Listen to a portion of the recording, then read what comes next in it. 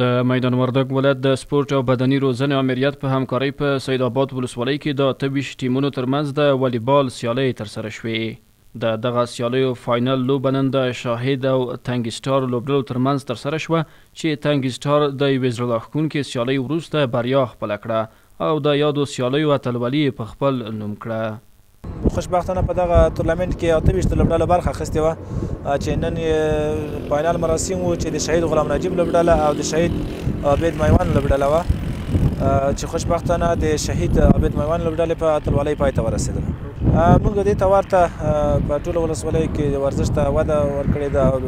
لا هم د ورزش لپاره خدمت کوو تر څو زموږ ورزشکاران په ښه توګه باندې وروزل شي او ورځني ژوند کې ورزش ته وخت ورکړي.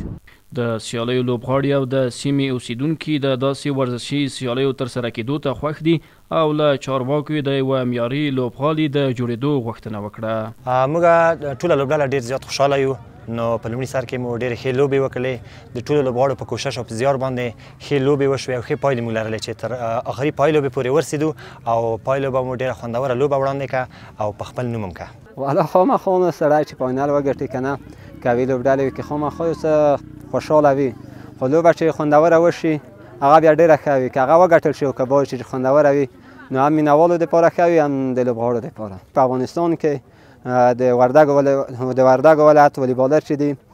ډېر دی او قوي لوبغاړي لري خو متاسفانه چې تر اوسه موږ یو په مرکز میدان ښار کې یو جمنازیم لرو ورزشي نور موږ په یوه ولسوالۍ کې هم ورزشي جمنازیم نه لرو د والیبال لپاره معیاري. غوښتنه هم دا ده چې په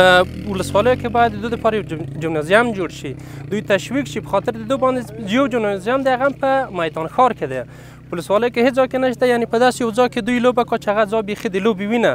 یا پښه واوړي یا بل مشکل پیدا شي یا بعضې خلک هغه کوم کسان چې چېرته ځي هغه هم ځای نه لري ځکه د دوی لپاره باید په یوه منظم ځای کې جمنازیم جوړ شي هغه که په هر ولسوالۍ کې وي خو بالخصوص د سید آباد ولسوالۍ چې ده دغه ډېر خلک دي د توپ مینوال دي د دغو لوبو مینوال دي د دوی دپاره سید آباد ولسوالۍ داسې یو